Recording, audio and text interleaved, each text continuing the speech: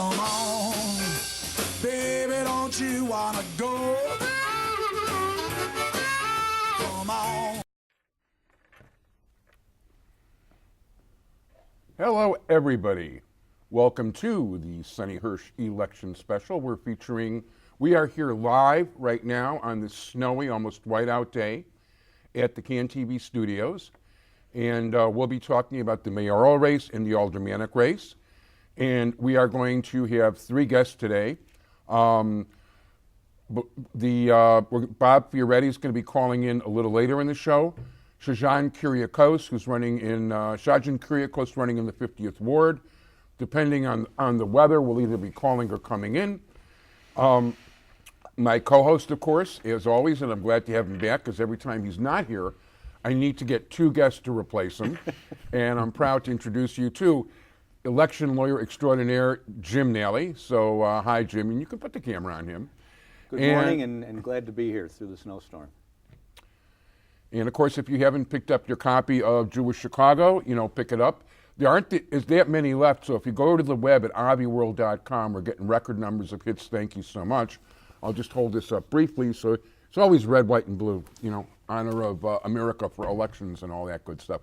We're going to lead off with our first guest, and he's running for alderman in the 44th Ward, and his name is Mark Thomas. Mark, how you doing? Good, Avi. Nice to see you again. Thank you for inviting me. You too. And where is the 44th Ward? The 44th Ward's kind of become a comedy act. So we've got an alderman. I'm getting phone calls 2-3 times a day now going, well, we hear Tom's stepping down in 2 years, and will you be replacing him? And then we're getting mail where Tom's claiming credit for the Cubs construction and what a great job he's done in the ward. And as we all know, this Cubs construction has just been a calamity, and Tom has stood in the way of letting the Cubs get done. So it's really become a comedy show. No, he's definitely, there's no question, because the Cubs thing I follow very closely. And he was the major impediment in reaching peace more than once. Well, I've got here his latest brochure where he claims the Chicago Cubs are undertaking the first renovation in 100 years, and that he's doing almost $1 billion in renovations in the ward, and he's taking credit for that. So I just don't know who to believe. Well, let's put it this way. You can convince people that they should believe you, but I don't believe him to save my life. Well, no, and I mean, he's got pictures of himself again. Here he is with a police officer, which is considered against rules to have a uniformed police officer in a piece of political mail. It is against the rules. But what we have here is we have Commander Kenny, who was the commander of our district, but has not been in 3 years. So he's trying to convince people that he has a relationship with the police because he has this big problem where the Boys Town crime blog called him out online about the statistics on how many police officers he got. John Kenny visited me the same day that he visited Tom Tunney when he came on to the job in the 19th District, and he came to me right after he left Tom, and he said, what can I do for you, Mr. Thomas? I said, well, call me Mark. And he says, well, what can I do for you? I said, we have this drug and prostitution problem. And he says, well, I just left the alderman, and I couldn't get any kind of answer out of him other than, has anybody been hurt? He says, what do you want me to do, Mark? He says, I'm a commander, but, this is a political position, too, and what would you like me to do? And I says, Commander, I want you to do your job. And I think that crime has become the single biggest issue in Lakeview. It isn't particularly in that area of the city, probably more so than any other area of the city, that is a big issue because you have so many businesses that are dependent on people coming in to dine. There's bars, there's restaurants, there's specialty shops such as yours.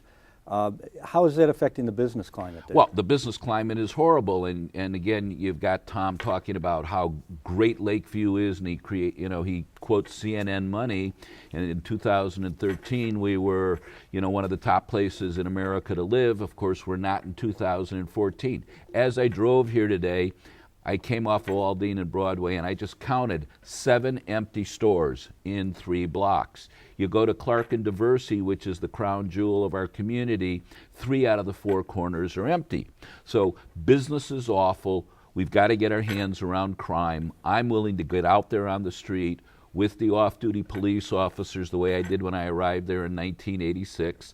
Most people don't know that an alderman's actually a peace officer. And so I'm willing to go out there 20, 30 weekends out of the year with off-duty Chicago police officers and make sure that the areas that have the problems are getting the attentions. We got a great commander, we got a great crew, but I don't see the alderman out there when I'm out there at night, and that's when he needs to be out there. That's part of what he was sworn in to do. What are the boundaries of your ward? Well, it's, the typical Chicago gerrymandered ward. The one thing that's for sure is the lake is our eastern boundary. Diversey is on the south. It's Southport and Ashland on the west, and then it kind of becomes Grace and Irving Park on the north, depending on where they've gerrymandered people out. Yeah, by the way, you've got a more normal-looking map than most. Oh, absolutely. It truly is. So anyway, I really believe that there's a change in politics coming. I think that in the next 10 years, we're going to vote for president on our smartphone. So we created a website so that the people who are in the ward, if suddenly somebody says, I want to build a $100 million boat off of Navy Pier, and they ask us to take a vote on that, I've got a website where I'm going to ask the voters to vote. And then I'm going to give the voters 60% of the vote. I'm going to keep 40% of the vote, and we'll have a consensus. And when I go to City Hall, I'm not voting with anyone or against anyone. I'm actually going to vote representing the 44th Ward. Very novel idea. Yeah, I think they call it democracy. We learned about it in 8th grade. Yeah, I learned about it. I just don't get to see it too often in this city. No, and Jim asked about business. So now what we have to do is we have to rebuild the business. So what I want to do is take some of the SSA dollars from our 4 SSAs, a little bit of the menu money that the alderman has, and I want to start by having a trolley that's a circulator that circulates around the whole Lakeview community, and then take some money, do some full-page ads in Ware Magazine, get the concierges to come out and do some events, and get the concierges, once we've solved this crime issue, to start referring the tourists back there. So as you asked, we can start filling the storefronts again. So I think that's really important, and we've got to get that done. I like the trolley idea. I see that in some of the northern suburbs. Oh, it's green, it's fun, it's a good time, and you don't have to fight for parking, you don't have to pay the ridiculous parking meter fees. So I think that's a great thing, and I think this is the kind of out-of-the-box thinking we really need. We feel that the alderman's really out of touch. This ward voted 77% for the new minimum wage that the mayor presented. Tunney spent 40 minutes screaming and yelling no. I found out from my daughter, who's been a server for years, I asked her, explain to me what happens with servers. They get $4.95 an hour, and then they get their tips, and that's how they average up to minimum wage. But in the 40 minutes before they open and the 40 minutes after they close, when they're setting up their restaurant, they're working for $4.95 an hour. And yes, the tips do average out, but that's pretty ridiculous. I can understand why the alderman voted against minimum wage. But again, we've got a guy who's worried about his restaurant, the restaurant association. He's going to be out of here in 2 years. And this is a matter of trust, and there is no trust left with Tom. I mean, his brochures are, just really, it's comedy. I mean, he's taking credit for everything. The next thing you know, Tom Tunney is going to be telling you that according to CNN, Tom Tunney created Lake Michigan. My understanding is that there's a new lab going into one of the schools that he's claiming credit for, and they actually won it in a raffle type lottery. So this, again, we have a 3-year-old picture of a commander. We have a 3-year-old CNN News article that says Lakeview's a great place to be. This lab is 5 years old. And the parents ran all over the city of Chicago to all the Cellular One stores, picking up cards and ID numbers, and punched these all in the computer, and they won $100,000. And yes, there were a whole bunch of politicians there cutting the ribbon, okay? But at the end of the day, we know, and he's taking, of course, responsibility for our great schools. My daughter's a teacher. Great schools are built around great teachers. They're built around great parents. And I got to tell you something. Nettlehorse has got a 501c3. These parents are there day and night. They made that school go from a second-class school to an A1 school. Alderman Tunney didn't do this. This was the parents. And I was just livid when I heard him taking credit for these schools and say, I'm going to fight for this and I'm going to fight for that. Give back the TIF money that we have sitting in the TIF so we can start to improve Lakeview. And let's get the parents involved in Lakeview High School so that we can finally have an A school as a high school in Lakeview. And that's what we don't have. And where has he been for 15 years on that high school? Suddenly, school is an issue because he's running again. Yeah, well, it's amazing how people pop up out of the woodwork after having their head in the ground for about 3.5 years. I mean, 88% of the people at the Southeast Lakeview Neighbors voted against Walmart. Tunney brought them in. We just did a referendum in November. 72% of the neighbors voted against the Belmont flyover. 3 weeks later, Tom brings Senator Durbin to the community to raise money for this flyover. It's going to decimate our community. 17 homes and buildings are going to get taken in eminent domain. We're going to be under construction for 2 or 3 years. The CTA has been lying to us for 7 years. I am very familiar with this because, it is something, because I do take the L. Mm-hmm. And you're talking about an area in your neighborhood where they're talking about raising the tracks about 18 or 20 feet. Right. And that would result in all these buildings going because people have claimed that there is an average of a 2-minute and 40-second to 3-minute delay. The CTA's actual numbers are about 40 seconds. Wow. So for a 40-second delay, and it's, okay, it's a delay, but 40 seconds, you're going to destroy 17 homes and businesses. And talk of that flyover is about the ugliest thing I can possibly imagine. Well, not only that, but we've got pensions that need to get paid. We have an infrastructure. You drive down Aldine, there's more potholes there than there is in railroad tracks. So we have, we need to pay down our pensions. We need to stop spending money on ridiculous projects. And we need to start putting money into fixing our infrastructure. We don't want these folks that would work on these projects to be put out of work. But what we need to do is repair the infrastructure. We don't need a catastrophic bridge failure like they had in Minnesota. And look, some of the bridges in the city are getting awfully old and rusty, dilapidated, and there hasn't been any of that. Yeah, or too little. Let's put it that way. There's been none of it. Mm. There's really been none of it. The city is just destitute. At the end of the day, this is a matter of trust. This is a matter of, people telling the truth. Alderman Tunney wouldn't be running again if he wasn't angry at the Cubs for their newest set of signs. And so he's running because he's got this vendetta with the Cubs, yet here in his brochure he's taking credit for the Cubs construction. So this has really just become a comedy show. No, it's very unfortunate. There's no question about it. And that's why, why don't you give people your website?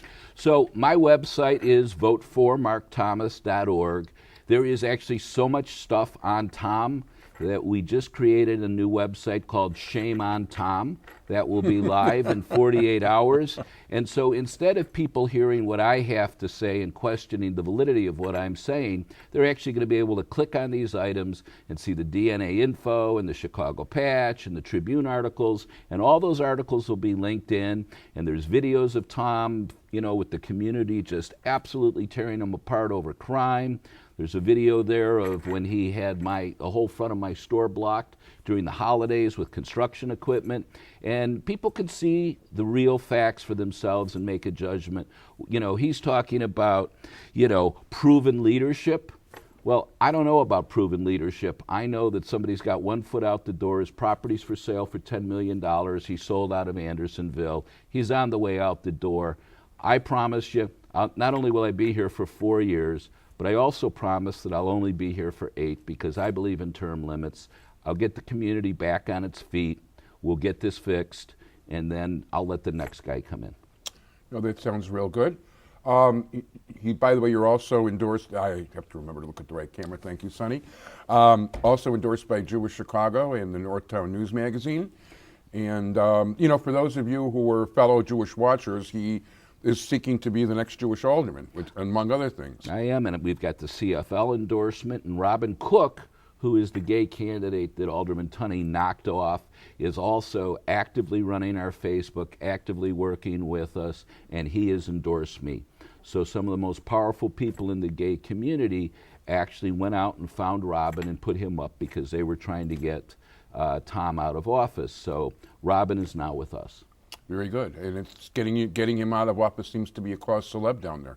Yeah, I mean, you know, I think that all the candidates agreed that as long as we get rid of Tom, it's a win for everybody. It would appear I'm the leading candidate to go into that runoff, and I hope we make that happen. Well, you are a leading candidate. You're an impressive candidate. I want to wish you a lot of luck in the election, and, listen, I hope you win. Thank you, Avi. Jim, thank you. Thanks for coming in, Mark. Sure. Okay, thank you, and don't forget to unmic yourself. Okay. So at this point, in just a little bit, we're going to be hearing from Alderman Bob Fioretti. I can't begin to thank enough my guest, Mark Thomas, running for Alderman in the 44th Ward. And I urge all of you, you got to get out on Election Day. As a matter of fact, you can do early voting still. And our expert election lawyer is here in order to, you can get it, Mark. Okay, thank you all. Okay, sure, thank you. Jim Nally is there are lawyers, and of course many different types of lawyers. You use some lawyers to do this, that, the other thing. Election lawyer is a very specialized thing, and why don't you tell us something about election law, Jim? Well, you mentioned early voting, Avi, and that's still going on even today. And people will be able to do that right up to the day before Election Day. Also, if you've already requested an absentee ballot, as we've talked about on prior shows, the absentee rules changed a few years ago, and there's no need currently for you to have any reasons such as being out of town or ill to vote absentee. So if you've requested your absentee ballot, you still have time to move and get it in. The board will accept absentee ballots that are postmarked through the 23rd of February. So And that is the Monday before the election. Correct. So you got to have it postmarked before the election. And, if you've got it sitting there on your kitchen table and it's been there for a week, take the time, pour a cup of coffee, read through Jewish Chicago and other publications that are going to give you the skinny on who's who. And then make sure you cast that ballot and get it in the mail because it is very important. You want to make sure it arrives on time so that it's counted on time. And by the way, depending on your mailbox at home and all that, and if it is cold, windy, awful today to really go out to a mailbox. But the fact is that, your mailman's going to be at your house more days than not. And if you attach it to the mail slot or have it sticking out of your mail slot, the mailman will take it for you to submit it, and that way you'll make sure you get your vote in. Yeah, and you can also, under the rules, any family member can bring in a ballot, either drop it in the mailbox, or an immediate family member could, if they say work downtown, could take it right into the Board of Elections office at 69 West Washington Street. Yeah, there's a lot of different options here. You wanted to talk about the 46th Ward race. While we're waiting for, our next guest is going to be Alderman Bob Fioretti, who will be calling in. I'm not sure if it was before or after Salem Baptist Church, but he's making the rounds on the south side today. Give us your take on the 46th Ward race. Well, the 46th Ward, we had Mark Thomas in here just a couple of minutes ago, and this is the ward that would be immediately to the north of the 44th Ward and kind of has the same boundaries in terms of the eastern boundary being the lake, and then kind of a zigzag going further west depending on where you're at. You're correct, this ward map is almost like a jigsaw puzzle, and you got to get the right piece in the right place. But in that ward, there are 3 people running, and the incumbent is James Kappelman. Full disclosure, I've done his petitions and worked for him in past elections and including this election. And there are 2 other candidates as well. I just saw a poll, Avi, that you shared with me showing that at this point, according to that poll, Kappelman would not only have the majority of the vote, but he would have enough to avoid a runoff, 50% plus 1. Yeah, he's actually got 56%. The other 2 candidates I've actually had on the show, Amy Crawford, who works for Kirkland Ellis, and about 95% of her money comes from partners and lawyers at Kirkland Ellis. She's got to be very popular there. There's no question about it. Denise Davis formerly was the top assistant to Helen Schiller for many years. She's more a people's candidate, and she's got something going for her. I like her. But she also hasn't raised too much money, and it's kind of hard when the other candidates have $150,000, $200,000, and you're sitting at $2,500 to do very much. I mean, money. People don't realize money means so much. It's not even funny. People are so unprepared. Money is the new precinct captain. We grew up in an era where there were still precinct captains and people going door to door and ringing bells, and there was that personal contact. And most of the time, the precinct captain would be somebody who lived in the neighborhood, and you'd know them from seeing them at the Jewel or at synagogue or wherever. With the advent of the Shackman decree, which basically said that people could not be considered for jobs based on any political considerations or working for candidates, that personal kind of organizational thing has pretty much gone by the wayside. There are very few organizations now that can say they have a captain in every precinct, even one. And there were times when there'd be captain and 5 assistant captains. No question about it. Now, yeah, it's increasingly rare. And that's where the money comes in, because now instead of having somebody who would be going door to door, you're going to have to do a mailing or a series of mailings to get in the door with people, or phone banking or things that cost money. Yeah, at this point, I'm pleased to introduce everybody to the alderman of the 2nd Ward, who's running for mayor of the city of Chicago, and that is Alderman Bob Fioretti. Hi, how are you today? Good morning, everybody. It's great to be on. Thank you. It's a pleasure to have you, and I'm glad you could take time out of your busy schedule. I know you're going from church to church to church today, and pressing the flesh and getting people to go out and vote for you. Yes, it is, and even in this cold weather, people are going out to the churches. They're going out to areas. So I just came out of Salem Baptist Church on the far south side, or about 111th, and the Bishop Ford Expressway right off of there. We had a very great reception, and it's a good church. And so we are going to do what we need to do to get our votes out, and we're going to win this on February 24th. Well, Bob, Jim Nally here. You were endorsed by Jewish Chicago, and that certainly is a boost for you. It sure is, and I'm privileged and honored and humbled by Jewish Chicago endorsing me.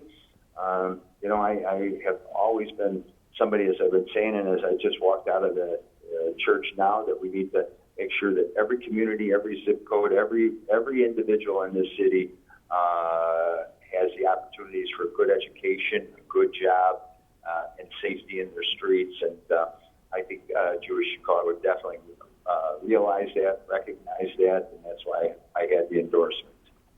No, there's no question about it. And in full disclosure, I, of course, am publisher of Jewish Chicago. I wrote the endorsement. In watching, I know. I mean, not everybody watching does, though. But you know what? One of the things I really liked, I've been watching. I missed one debate. I've been trying to catch all the debates.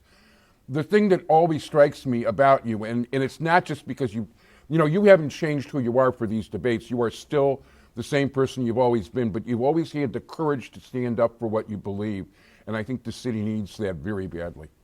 Thank you, and that is, my 4 years in the council. I've made some enemies out of the special interests or the big donors because I say what I believe, and I stand up for the people that this administration leaves behind.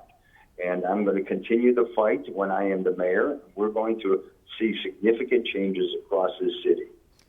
Well, Bob, what a lot of people may not know is that you are a real, genuine, lifelong Chicagoan, and you've got a very compelling story. Why don't you tell us a little bit about your background and how you got to this point? Well, thanks, Jim. I was born in Roseland Hospital on the south side.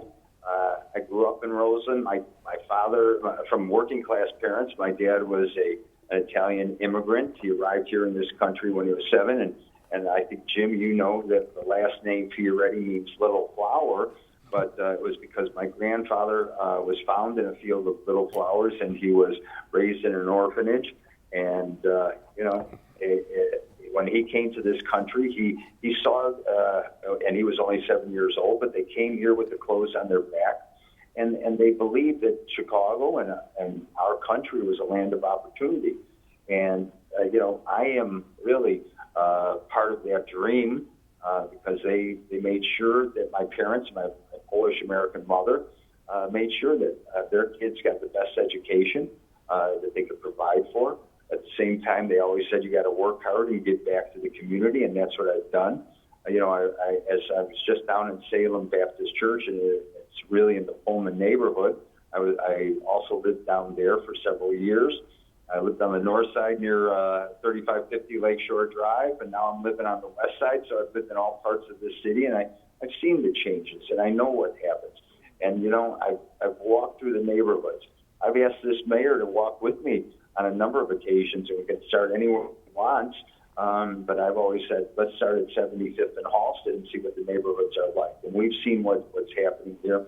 As a grad of Mendel High School, U of I, and then NIU for my law degree, I fought the tough battles that were necessary out there even before I became alderman. And so I'm going to continue that fight, and we're going to have a great city because it'll be a city with one vision, one goal, one Chicago. No, that sounds good to me. That definitely sounds good to me. Thank you. Yeah, and the fact is, it's important to remind people that our present mayor is not now or has never been really a Chicagoan, and he needed a questionable Supreme Court decision to even allow him on the ballot in the first place 4 years ago. That's exactly true. And when you look at that decision and you see residency didn't matter, and you sometimes have to wonder about all these other residency issues that are raised and where we are going with this city. We've got issues. There's no doubt about it. Crime's the number one issue in every community. Education, of course, our fiscal health. But I put programs out there, and under my website of bobfioretti.com, you can see how we've laid out programs. We need to find new sources of revenue to tackle it, but we can't have property tax increases. As I go throughout this city and my ward night, people come in to see me on my Monday nights, and people also come in that stops me on the street, and they say the same thing over and over again, that we can't raise property taxes. I'm going to have to leave this city. The one thing I've never really heard from people saying, hey, this is a great city. Everything's fantastic, and how they're enjoying the city. I don't hear that anymore. What I hear is that, you know what, I want to get out of this city. Well, I want to reverse that trend, restore our neighborhoods, restore the greatness of what this city is, and have people really, truly move back into our city and live here for the rest of their life. That would be terrific. And the mayor claims that he never raised property taxes, but when he got into office, the property tax in my house was $2,900, and now it's up around $4,400. So I don't know where those magical raises came from, but they sure are there. And I've said it a number of times. I've called him out because he tried to do that in the debates, and you can especially see this online one that CBS really repeated again. And on the issue is, but he raised it from the Chicago Park District, his unelected board, which he appoints. They raise property taxes, and all 4 times the CPS board raised it to the maximum that they're allowed. And so he has raised property taxes. And again, don't forget that CPS has an unelected school board. They are appointed by the mayor. They do what he claims and wants. And so he has raised property taxes continually during the last 4 years. No question. And he's also got a problem interacting with people like he doesn't. He dictates. Right. And I find it interesting that, he's avoided questions from the press. I think NBC did a piece on him on Friday night that he had to cover his face as he was leaving a forum and didn't want to be interviewed. It's not about your commercials, and leadership is not about raising money for your commercials. This race is going to be $33 million that he has raised. That amount is obscene. No matter which way you look at it in terms of what he has raised for this. If we could have used that money in our communities in a much better way, reopen our mental health clinics, give every police officer a vest, and also don't forget, abolish the red light cameras. You could find ways to use that money to help everybody, and especially restoring the pensions, which is the health of our retirees, and they need that pension because that pension is a guarantee.